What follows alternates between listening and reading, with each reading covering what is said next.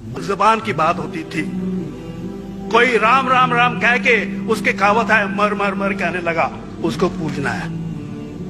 वेदा ऐसी थी, Greek mythology ऐसी थी, इजिप्शियन मैथोलॉजी ऐसी थी, इब्राहिम से लेके मोसेस तक और आपके मोहम्मद साहब के तक।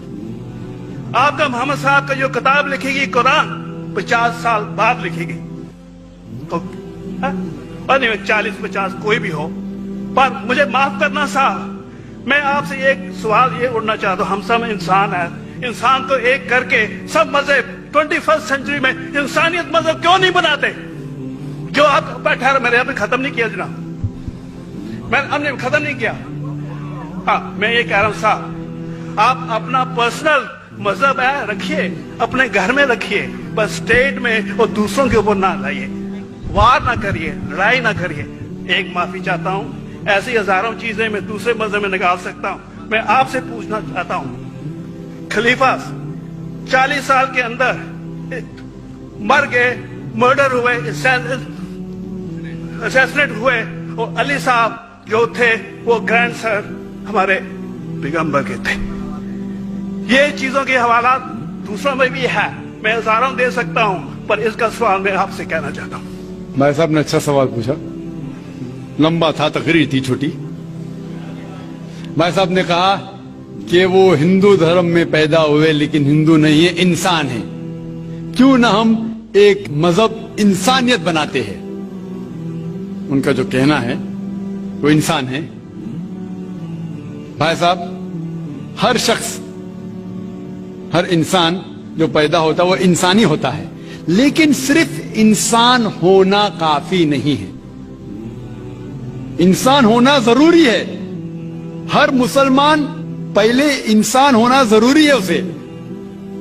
इस्लाम की सारे बातें, एक भी बातें मैंने कहा मैं तकरीर में, इंसानियत के खिलाफ नहीं है। एक भी बातें मैं चैलेंज करता हूं, आप एक भी बात इस्लाम की बुनियादी बात बताओ तो इंसानियत के खिलाफ है। मुसलमान होने के लिए अच्छा इंसान होना जरूरी है। अगर आप अच्छे इंसान नहीं हैं तो मुसलमान हो ही नहीं सकते। लेकिन सिर्फ अच्छा इंसान होना काफी नहीं है। मिसाल के तौर पे डॉक्टर बनने के लिए 10वीं पास करना जरूरी है, फिर 12वीं, फिर डॉक्टरी। तो मैं कहूंगा डॉक्टर बनने के लिए स्कूल पास करना जरूरी है, लेकिन स्कूल पास करना काफी नहीं है। तो इस्लाम में अच्छा मुसलमान बनने के लिए अच्छा इंसान बनना जरूरी है, लेकिन सिर्फ अच्छा इंसान बनना काफी नहीं है। समझ रहे? क्यों? क्योंकि इंसान को जिसने पैदा किया उसकी इबादत करना जरूरी है। जिसने आपको पैदा किया, जिसने आपको पैदा किया, उसकी अगर आप इबादत नहीं करेंगे तो इंसानियत के नाम पे कलंक है। आप कहते हैं कि मजहब, जितने मजहब है सब भेदभाव पैदा करता है, नफरत पैदा करता है। आपने कहा, शंकराचार्य ने बिल्कुल सही कहा। शंकराचार्य ने कहा कि कोई भी मजहब नहीं सिखाता कि आपस में भेदभाव करना। उनकी भी स्टडी है, मेरी भी स्टडी, आपकी भी स्टडी है। आपने कहा कि मैंने 10-12 साल किया, आपने 30 साल किए। अगर आप 30 साल किए उसका मतलब नहीं कि आप मुझसे अच्छे हैं, जरूरी नहीं। मैंने नहीं कहा कि आपने कहा, मैंने ये भी नहीं कहा कि आपने कहा। मैंने कब कहा कि आपने कहा? मैं कह रहा हूं,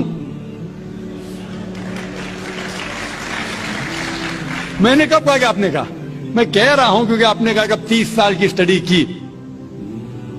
मैं हिंदू मजहब पे भी चंद साल के अल्हम्दुलिल्लाह सुम्मा अल्हम्दुलिल्लाह कई शंकराचार्य से बात की, कई स्वामी जी से बात की, कई प्रीस्ट और फादर से अमेरिका में की। मैं तो अभी तक जवान हूं माशाअल्लाह, अल्लाह का फजल है, अल्लाह का फजल है। आपने कहा कि मजहब भेदभाव करता है, यह कहना बिल्कुल गलत है। मजहब भेदभाव नहीं करता। जो मजहब के मानने वाले हैं वो मजहब को सही तरीके से नहीं समझते हैं, इसीलिए भेदभाव पैदा करते, वो अलग बात है। गलती है मजहब के मानने वाले की, मजहब की नहीं। ये कह रहे हैं कि मजहब की, मिसाल के तौर पे एक मर्सिडीज कार है, मर्सिडीज कार है, मुझे ये जानना है कि मर्सिडीज कार कितनी अच्छी है। तो एक ड्राइवर मर्सिडीज कार चलाते जो ड्राइविंग जानते ही नहीं और मर्सिडीज कार को ठोक देते, तो किसकी गलती है, मर्सिडीज गाड़ी की कि ड्राइवर की? اگر آپ کو جاننا ہے مرسیڈیز کا کتنی اچھی ہے تو آپ کو یہ دیکھنا چاہیے اسپیسیفکیشن، اس کا پاور کتنا ہے، ہارس پاور کتنا ہے، مائلیج کتنا ہے، سیفٹی میجر کتنا ہے. اس کی تحقیق کرنے کے بعد آپ کو کہنا چاہیے کہ کتنی اچھی مرسیڈیز کار ہے. اگر جاننا چاہیے کتنی اچھی ہے تو اس کو بٹھاؤ جو ڈرائیونگ جانتا ہے. تو اسی لیے اسلام کو جاننے کے لیے مسلمانوں کو مت دیکھو، اگر دیکھنا ہے تو محمد صلی اللہ علیہ وسلم کو دیکھو. آپ مجھے مت دیکھو، ہمارے آج کے مسلمان کو مت دیکھو. دیکھو جو سب سے اچھا ڈرائیور ہے، سب سے اچھا اسلام کو سمجھ چکا ہے، وہ محمد صلی اللہ علیہ وسلم ہے.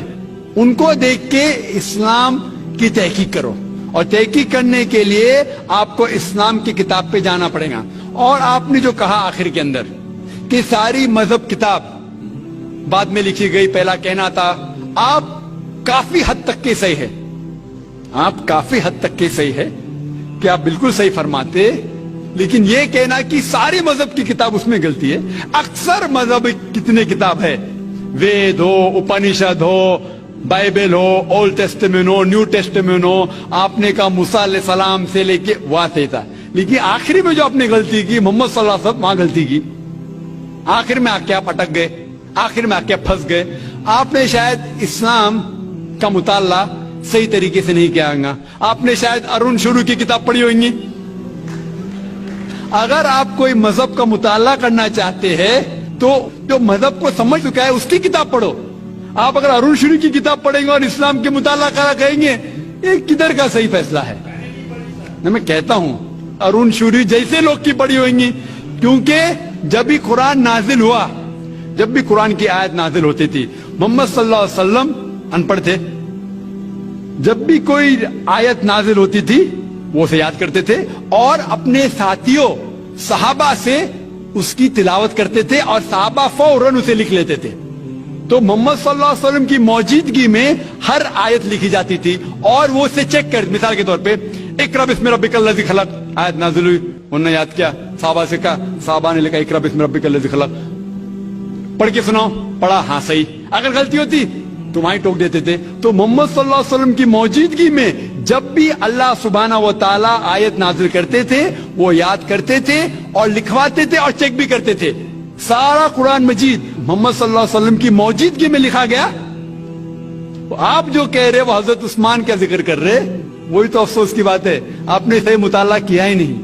حضرت عثمان نے کئی سال بعد، 40-50 سال بعد، جو آپ کہہ رہے 40-50 یہاں سے آپ کو آیا، ان نے کیا کہا کہ اس قرآن مجید کا جو نسخہ ہے اس کو اور نسخے بنائے جائے اور باقی لوگ میں پھیلا دیا جائے، کیونکہ لوگ کو اختلاف تھا روانگی کے اندر. تو اس کو دور کرنے کے لیے حضرت عثمان رضی اللہ عنہ ان نے کہا کہ جو نسخہ محمد صلی اللہ علیہ وسلم کی موجودگی میں تھا ان نے اپنی بیوی کو دیا، حضرت حفصہ کو، اور جو حضرت عمر کی بیٹی تھی ان کے پاس محفوظ تھا، ان نے لیا، اور صحابہ 5-6 صحابہ جو زید بن ثابت رضی اللہ عنہ ان کی صدارت میں اس کی نقل کی، اور یہ نقل ہوئے نسخے کو دنیا کے الگ الگ جگہ پہ پھیلائیے. اور ایک نسخہ اب بھی موجود ہے کوپٹا کی میوزیم میں، کوپٹا کی میوزیم استنبول میں. تو آپ جو